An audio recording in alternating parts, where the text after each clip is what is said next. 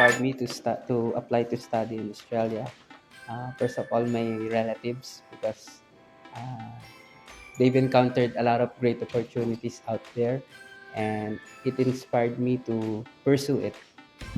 Most challenging part of the application, uh, waiting.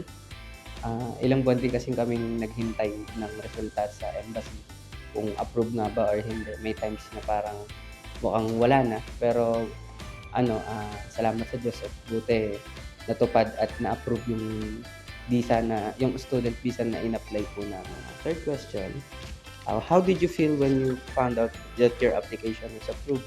Of course, I'm excited about it, and bilang ako'y fresh graduate, naranasan ko magtrabaho dito. Nagkaroon ako ng pagkakataon na feel ko mas maganda makapagtrabaho sa ibang bansa kaysa dito makapag-aral. At ayun, I'm looking forward na magkaroon ng magandang buhay sa what advice you give to someone who is just starting their application journey? Wag silang sumuko, patuloy silang mangarap, at marami pa pong opportunity na makakasalubong kayo sa ibang bansa, hindi lang dito sa Pinas. Yun lang po.